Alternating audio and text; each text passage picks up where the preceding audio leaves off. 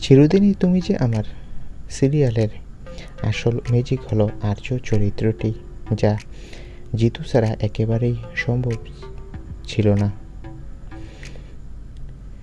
তার চোখের চাহনি যেন অর্ধেক সংলাপ বলে দেয়। মুখে যদিও সংলাপ না থাকে, দেহের অঙ্গভূমির মাধ্যমে কীভাবে অভিনয়কে প্রকাশ করা যায় তা জিতু কমল দেখিয়ে দিয়েছেন তার প্রতিভার মাধ্যমে। তবে এবার আরও একটা সুখবর শেয়ার করলেন অভিনেতা। আপনারা জানেন, জিতু শুধু সিরিয়াল নয়, সিনেমাও করেন। তার অভিনীত গৃহপ্রবেশ সিনেমা বক্স অফিসে ভালো সাফল্য লাভ করেছে। এবার সেই সিনেমা নিয়ে সুখবর দিলেন তিনি।